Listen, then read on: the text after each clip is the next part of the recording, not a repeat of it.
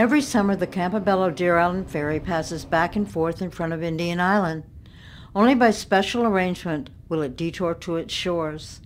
And each summer it does just that for Dorothy Pringle Schneider, her family, and the few remaining visitors that come to Indian Island each summer. We all came here to see the house, and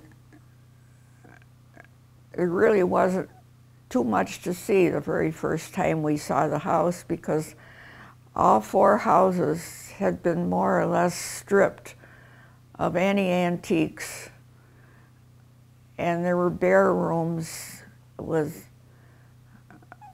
very little left, just things that nobody wanted. Dorothy and her husband first discovered Indian Island on a fishing trip in 1953.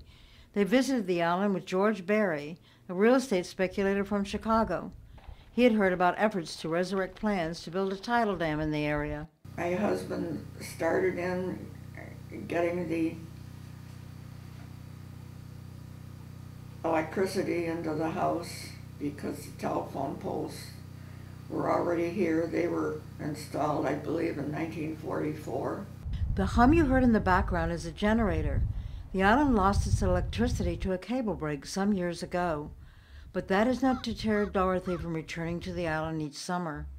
Her daughter Sharon bought the house next door and now spends summers here with her mother, her cats, and her brother's dog, West.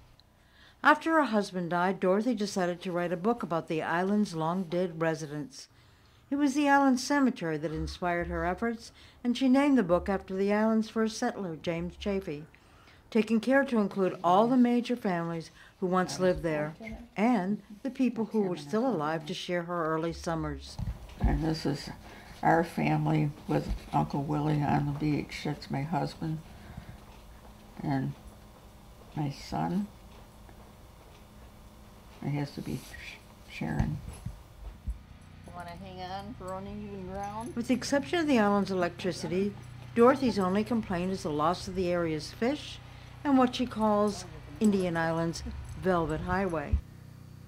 You could continue from the shore on King's Highway going toward the back of the island on a beautiful mossy road that they called the Velvet Road back then. It was back in the 60s that the woodcutters came. They had draft horses and sleds, and they logged out down further on the island, and when they left, it was just a disaster with branches and things all over the road, and it was never cleaned up.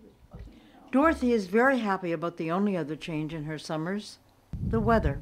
In 1954, when we packed clothes to come here, we packed things that you would expect to see in the winter.